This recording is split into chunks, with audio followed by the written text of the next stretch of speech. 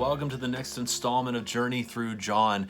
We're continuing on through chapter 14 today as we take bite-sized chunks of scripture, have a brief discussion, and then have a little bit of a challenge at the end in the hopes that this can be a resource for you as you work your way through a daily devotional time, if you will.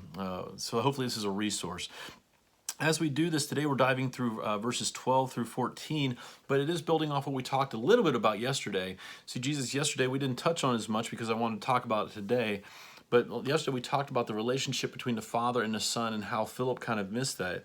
And Jesus is saying, I'm right here. But the second part of that was the fact that he said to believe in the works that he's been doing, that point to the Father. In fact, we see that in verse 11. I'm going to read verse 11, even though we covered it yesterday. And we're going to go through verse 14. It says this, Jesus is still speaking. He says, believe me that I am in the Father and the Father is in me, or else believe on account of the works themselves. Believe on the works. Those are evidence that I am who I say I am, and I'm connected to the Father. Verse 12, which we're jumping into today, says, truly, truly I say to you, whoever believes in me will also do the works.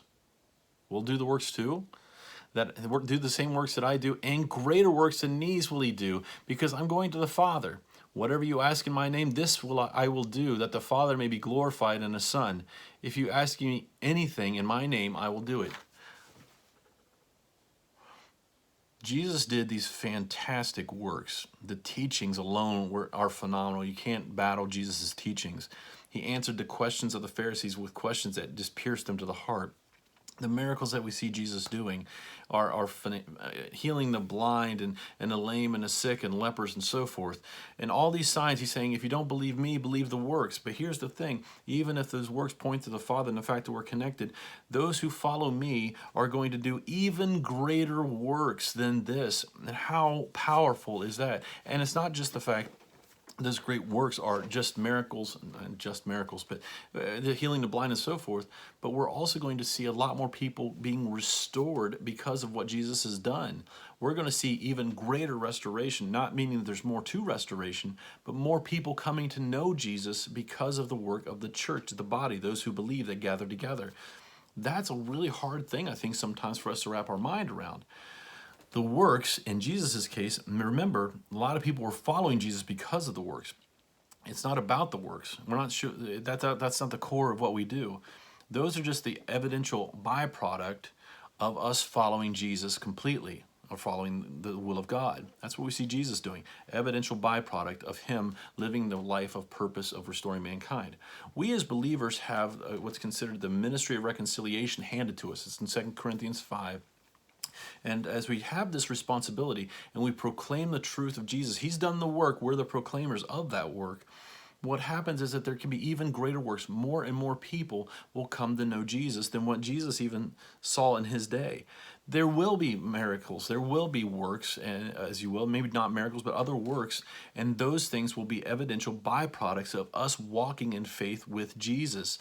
Have you ever thought about that? What works in my life are evidence that I believe what I say I believe? What evidence is in my life?